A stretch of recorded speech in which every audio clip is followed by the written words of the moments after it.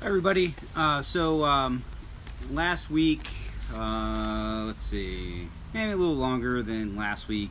Maybe, last week.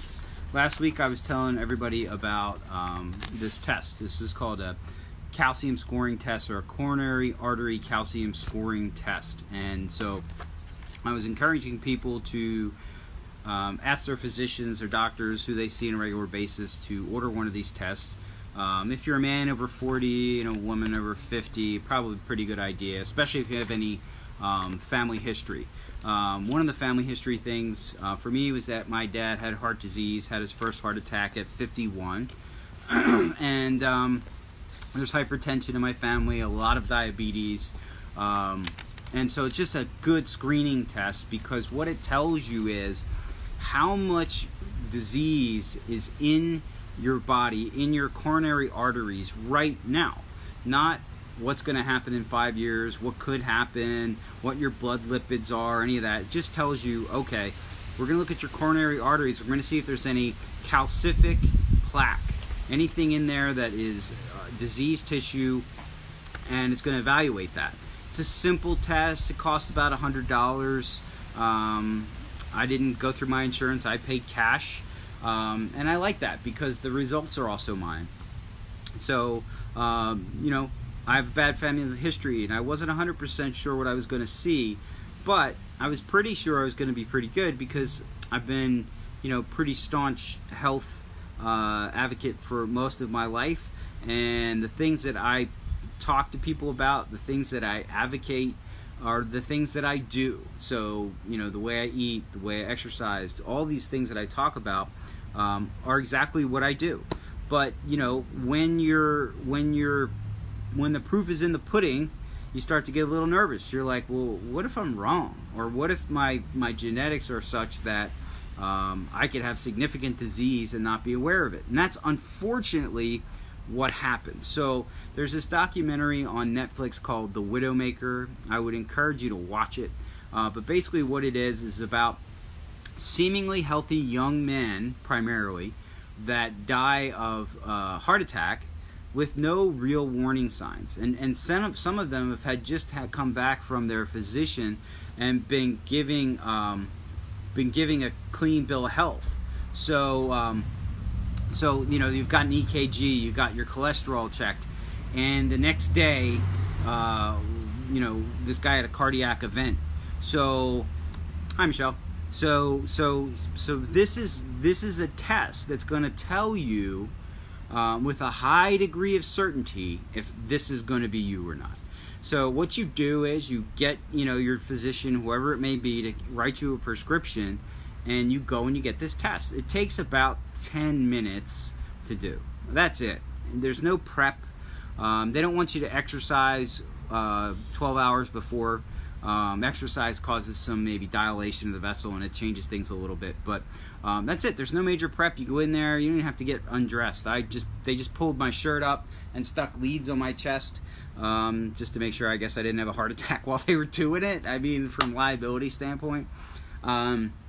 It is a CAT scan. It's not an enormously long CAT scan, but it is a CAT scan, so it is radiation. There's no doubt about it. You get exposed to radiation. Although the benefits of the test outweigh the risks of the radiation, in my opinion, by 100-fold. So what it does is it gives you the opportunity to change things in the event that the score comes back and it's unfavorable. So in my demographic, a lot of men have some calcium in their arteries, and my concern was I was one of them, because, like I said, poor family history and all these other things. I should note that my diet, lifestyle things are not conventional. I'm not a vegan. I eat a fair amount of fat. I eat a fair amount of butter. I eat things that people say and have always thought are going to cause heart disease. So, when you go into the tube, you're like, man, have I been wrong? So just to get to it, I'm just going to go show you my results, see if we can get this up there. Let's see.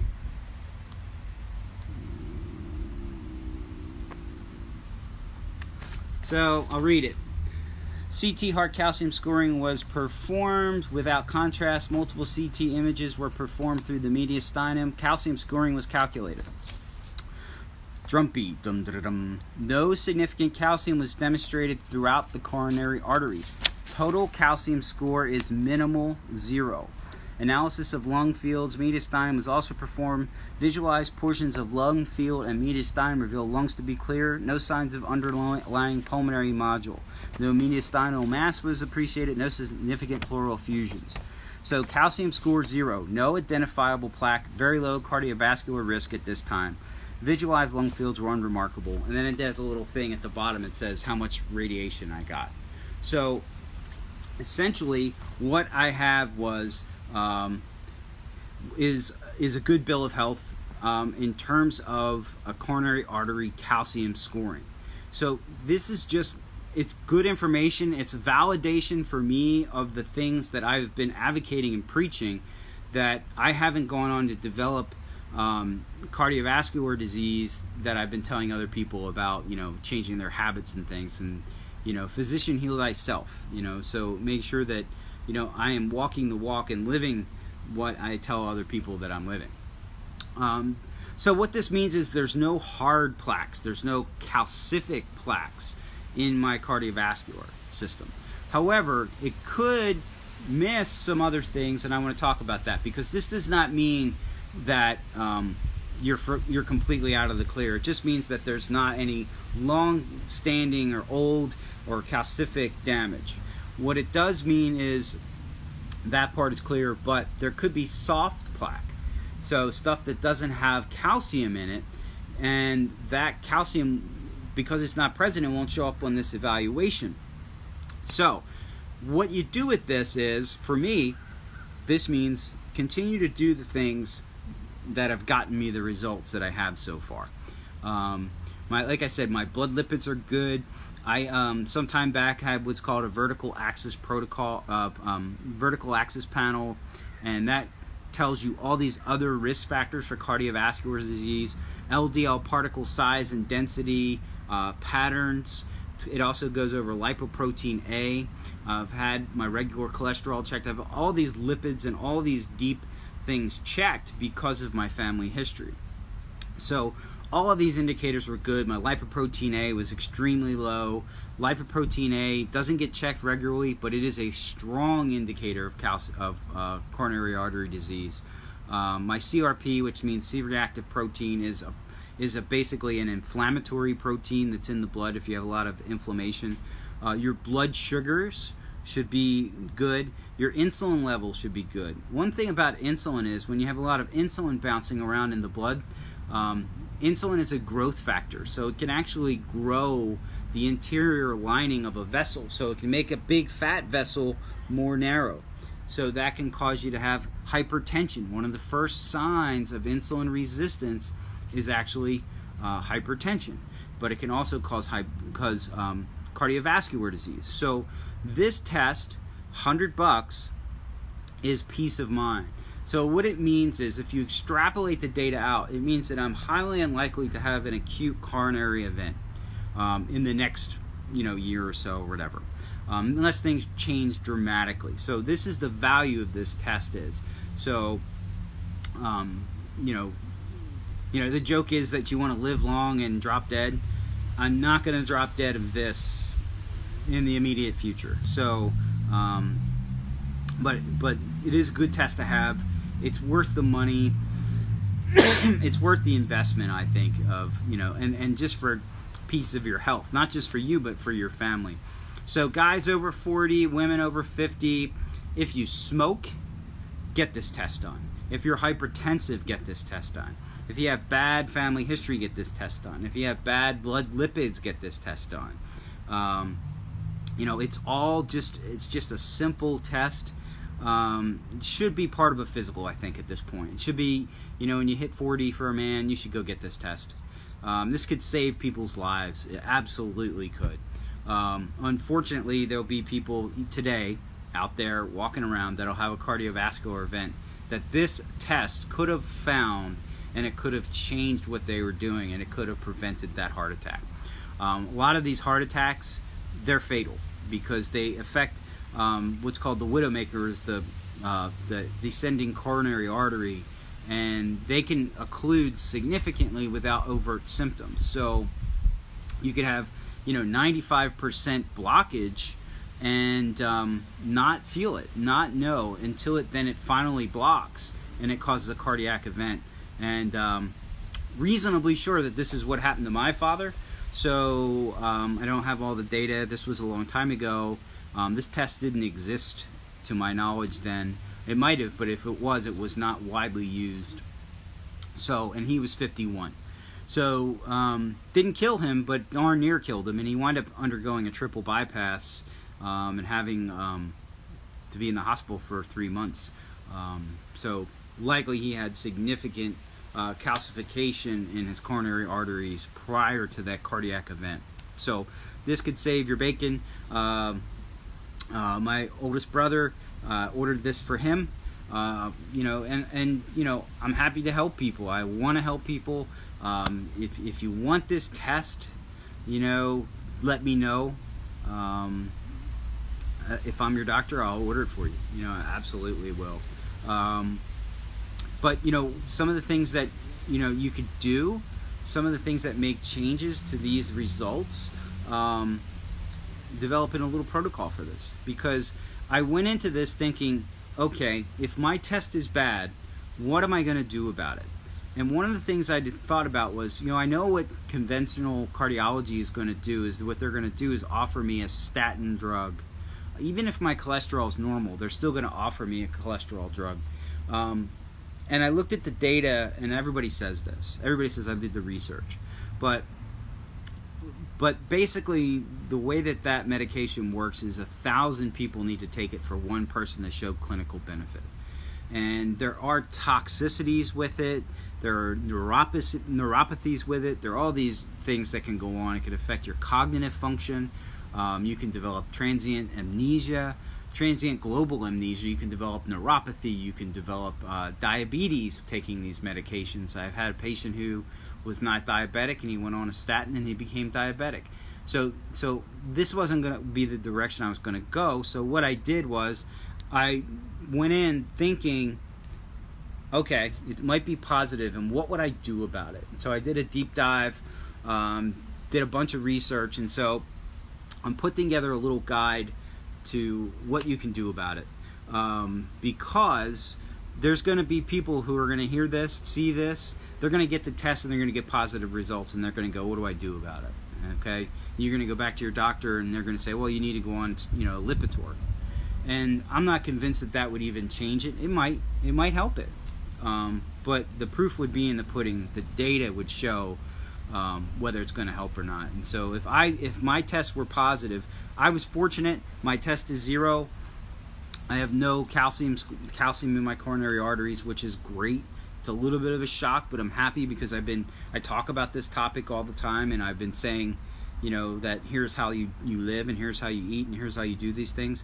And it's good to see it pan out in reality. So, but, if you come back and you have a score that's positive, I'm going to have a guide. And I think it's going to be something that's going to help to, give an option other than what's out there in a standard way. And then I think if you get a positive test, I think every year or so it would be wise to repeat it, just to see what the progression of the illness is, or if it's actually gone backwards. So empowering yourself with the information. You're welcome, Lisa, by the way. Thank you.